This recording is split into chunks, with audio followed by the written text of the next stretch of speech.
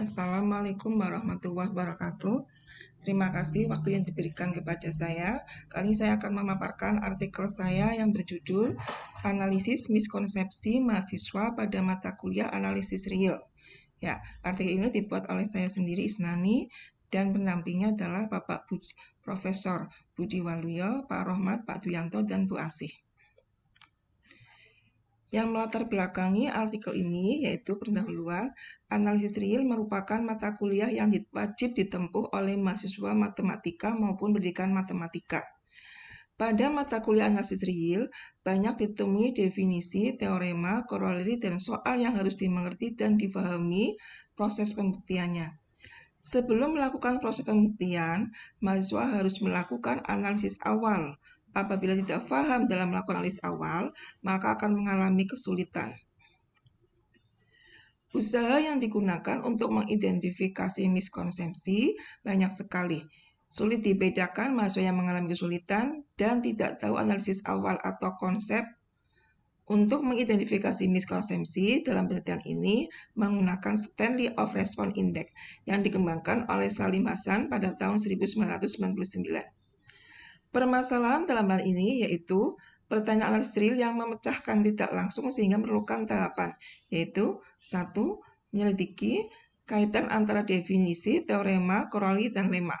Pengetahuan pemecahannya maupun materi yang digunakan yaitu barisan dan deret. Metode penelitian. Metode penelitian ini merupakan penelitian deskriptif kualitatif.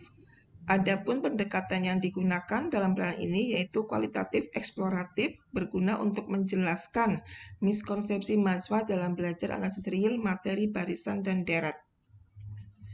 Penelitian ini merupakan deskriptif kualitatif, yaitu proses menyusun data secara sistematis dari hasil wawancara, catatan lapangan, dan lainnya.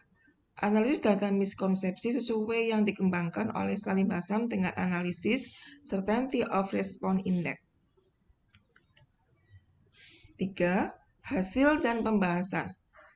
Selama pembelajaran materi barisan dan deret saat interaksi antara dosen dan mahasiswa, dengan adanya latihan-latihan soal, diperoleh 62,67% atau 45 orang aktif mengerjakan soal dan memahami konsepnya.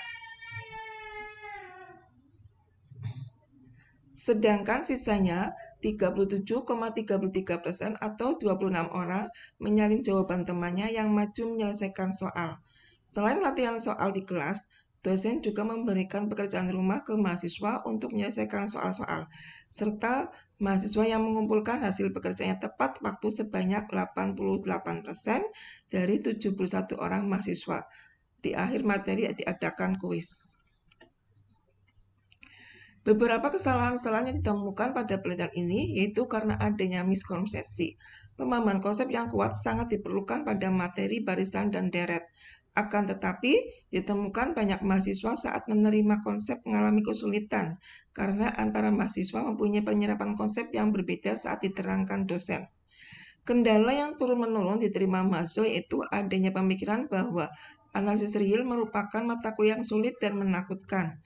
Bahkan, dijumpai beberapa mahasiswa saat mengerjakan latihan soal-soal dengan open book, tidak tahu harus menggunakan rumus maupun konsep yang mana. Berdasarkan analisis soal dan wawancara pada mahasiswa penyebab miskonsepsi yaitu 1. Mahasiswa belum paham definisi barisan konvergen. 2. Adanya kesalahan konsep saat menjumlahkan atau mengurangkan suatu pecahan. 3. Mahasiswa belum paham menentukan ekor barisan.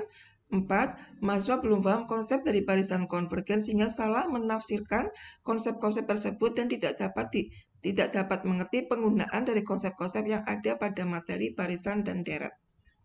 Terima kasih, demikian makalah saya. Cukup sekian dulu. Assalamualaikum warahmatullahi wabarakatuh.